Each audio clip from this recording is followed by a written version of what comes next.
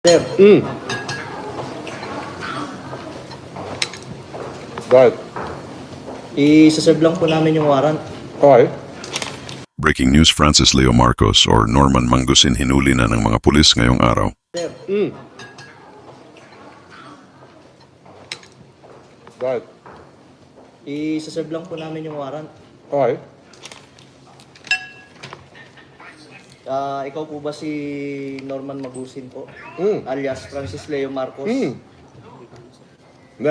Sir, Bakit?